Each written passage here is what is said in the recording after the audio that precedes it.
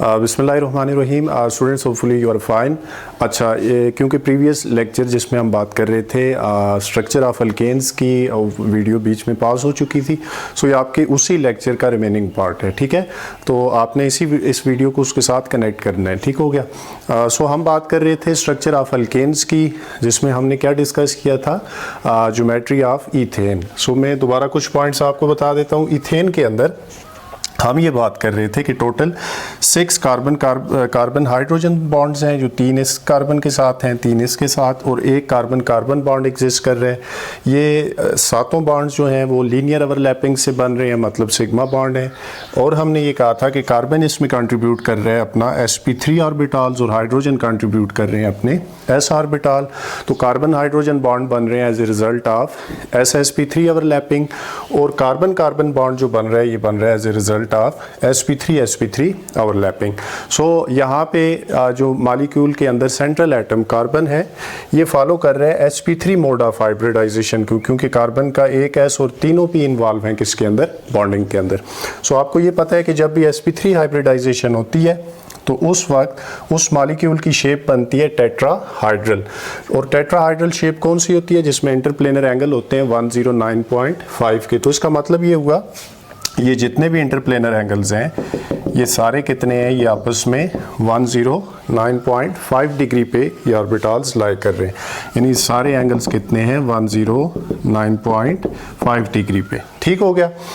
सो ये तो थी आपके सामने अल्केन्स के अंदर ईथेन की स्ट्रक्चर। अब हम बात करते हैं स्ट्रक्चर ऑफ या ज्योमेट्री ऑफ साइक्लोअल्केन्स। और साइक्लोअल्केन्स के अंदर जिस मॉलिक्यूल को हम geometry according to your book जिसकी डिस्कस करेंगे वो है साइक्लोप्रोपेन। ठीक हो गया। अब साइक्लोप्रोपेन का मॉलिक्यूलर फार्मूला क्या बनता है, देखें।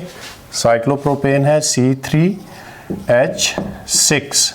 ठीक हो गया, मतलब इसमें 3 कार्बन है और 3 के हाइड्रोजन में। वैसे साइक्लोप्रोपेन यहाँ पे ड्रॉ करता हूँ CH2 CH2 CH2 और ये आपस में। तो ये आप देख रहे हैं कि इस तरीके से साइक्लोप्रोपेन बन रहे हैं। अब वो एक्चुअली ऑर्बिटल्स कैसे ओवरलैप कर रहे हैं, तो उसके लिए ज़रा आप इस स्ट्रक्चर को देखें। इसके अंदर ये जो आपके पास ट्राइगोन बन रहा है, एक ट्रायंगल बन रहा है, इसके अंदर हर कार्बन कार्बन बॉन्ड जो है ना वो इस तरीके के साथ हर कार्बन कार्बन sp3 ओवरलैपिंग हो रही है। हर कार्बन की sp3 ओवरलैपिंग हो रही है आपस में। ठीक हो गया। और जबकि हर कार्बन के साथ, क्योंकि दो ऑर्बिटल्स तो आपस में ओवरलैप करके इनकी ये ट्रायंगल बन चुकी है, हर कार्बन के दो ऑर्बिटल जो बच रहे हैं उनके साथ दो क्या आके अटैच हो रहे हैं, हाइड्रोजन बॉन्ड। सो यहाँ पे भी ओवरलैपिंग फिर कौन सी हो रही, कार्बन की तरफ से sp3 और हाइड्रोजन की तरफ से s। सो यहाँ पे यानी ये बॉन्ड्स हुए सारे कंप्लीट बाय लीनियर ओवरलैपिंग। अब जो चीज़ यहाँ पे आपने समझनी है, देखें साइक्लोअल्केन्स के अंदर भी कार्बन जो है किस हाइब्रिडाइजेशन को फॉलो कर रहे हैं, साइक्लोअल्केन्स के भी कार्बन फॉलो कर रहे हैं sp3 मोड ऑफ हाइब्रिडाइजेशन को। लेकिन यहाँ पे एक डिफरेंस है, वो क्या है, अल्केन्स के केस में भी, जो नॉर्मल अल्केन्स थे उनके केस में भी कार्बन sp3 हाइब्रिडाइज था। यहाँ पे हम कंपैरिजन कर रहे हैं। साइक्लोअल्केन्स के अंदर भी कार्बन क्या है, sp3 हाइब्रिडाइज्ड है। अल्केन्स के अंदर sp3 मोड ऑफ हाइब्रिडाइजेशन होने की वजह से जो इंटरप्लेनर एंगल था वो था 109.5। लेकिन साइक्लोअल्केन्स के अंदर एंगल जो है वो अपनी ओरिजिनल वैल्यू को मेंटेन नहीं कर सका। एंगल बजाय 109.5 डिग्री के ऊपर रहने के एंगल रिड्यूस होके कंप्रेस होके हो चुका है 60 डिग्री पे। अब ये जो ट्रायंगल बन रही है इसके ये सारे, ये एग्जैक्टली एक ट्रायंगल है, ये इस तरह की स्ट्रक्चर है। ठीक है, तो इसके अंदर ये सारे एंगल्स कितने हो चुके हैं, 60 डिग्री। लेकिन होना कितना चाहिए इनको तो 109.5 होना चाहिए। लेकिन क्योंकि ये साइक्लिक स्ट्रक्चर थी, सो एंगल अपनी ओरिजिनल वैल्यू से डेविएट कर चुका है और वो 60 पे आ चुका है। अब ये पॉइंट जो इसका कॉन्सेप्ट था आपने समझना है।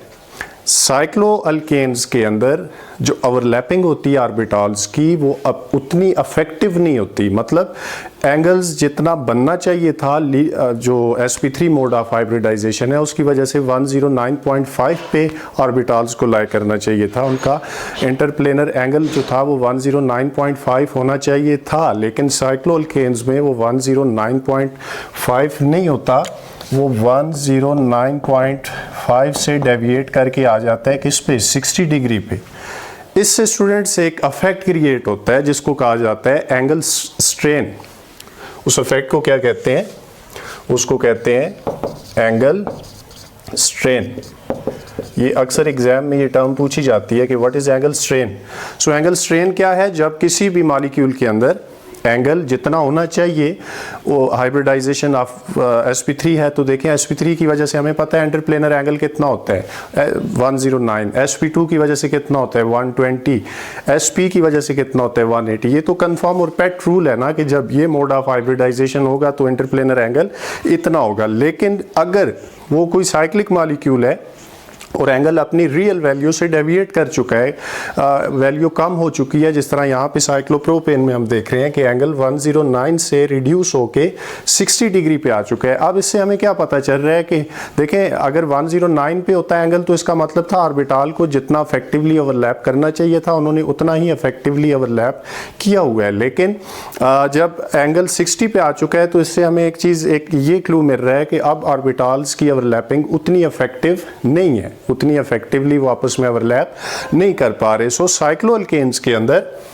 Due to this angle strain, थोड़ा सा अगर हम इस अल्केन्स को हीट या एनर्जी देंगे तो एक प्रोसेस होता है रिंग ओपनिंग, मतलब ये रिंग खुल जाता है क्योंकि ऑर्बिटल्स ने इतना इफेक्टिवली, इतना करेक्टली एक दूसरे को ओवरलैप नहीं किया हुआ। सो जो ही हम हीट या एनर्जी देंगे तो ये ऑर्बिटल की ओवरलैपिंग दोबारा से क्या हो जाएगी, ख़त्म हो जाएगी और रिंग दोबारा से खुल जाएगी। अब वो रिंग नहीं रहेगी, वो एक अगेन ओपन चेन अल्केन्स बन जाएगा। और इसी एंगल स्ट्रेन की वजह से जो कि लाई कर रहा है किसके अंदर, साइक्लोप्रोपेन के अंदर, हम एक आगे क्वेश्चन भी डिस्कस करेंगे कि why cyclopropane is more reactive as compared to normal alkanes, कि साइक्लोप्रोपेन नॉर्मल अल्केन्स के मुकाबले में ज़्यादा रिएक्टिव क्यों है। तो उसकी रीज़न भी यही है क्योंकि साइक्लोप्रोपेन के अंदर लाई करता है एंगल स्ट्रेन, मतलब एंगल जितना होना चाहिए वो उतना नहीं होता, उससे रिड्यूस होके कम हो जाता है।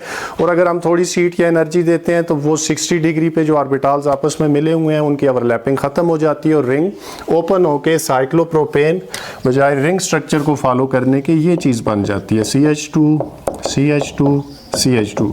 और ये कंपाउंड आप जब देखें बजाय रिंग के, जब ये एक स्ट्रेट चेन बनेगा तो अब हर कार्बन के पास एक एक मज़ीद एटम अटैच करने की कैपेबिलिटी है क्योंकि हर एक ने 3-3 बॉन्ड बनाए हुए हैं। सो अगर आप फिर इसको रिएक्ट कराएंगे तो ये फ़ौरन से किसी भी चीज़ से रिएक्ट करके यहाँ पे कोई भी दूसरी एडिशंस कर सकता है। सो साइक्लोप्रोपेन के अंदर या साइक्लोअल्केन्स के अंदर एक फैक्टर लाई करता है कि इनका जो एंगल है वो अपनी ओरिजिनल वैल्यू जो कि 109.5 थी, जो कि होनी चाहिए due to sp3 mode of hybridization की वजह से, साइक्लोअल्केन्स उस मोड ऑफ हाइब्रिडाइजेशन को तो फॉलो कर रहे हैं लेकिन एंगल जो है वो उस डिग्री पे नहीं होता, जिस वजह से एंगल रिड्यूस हो जाता है। एंगल स्ट्रेन का फैक्टर लाई करता है और इसी एंगल स्ट्रेन की वजह से साइक्लोअल्केन्स जो हैं वो नॉर्मल अल्केन्स के मुकाबले में ज़्यादा रिएक्टिव होते हैं क्योंकि इनके एंगल स्ट्रेन का फैक्टर इनको रिंग ओपनिंग तक लेके जाता है। Thank you.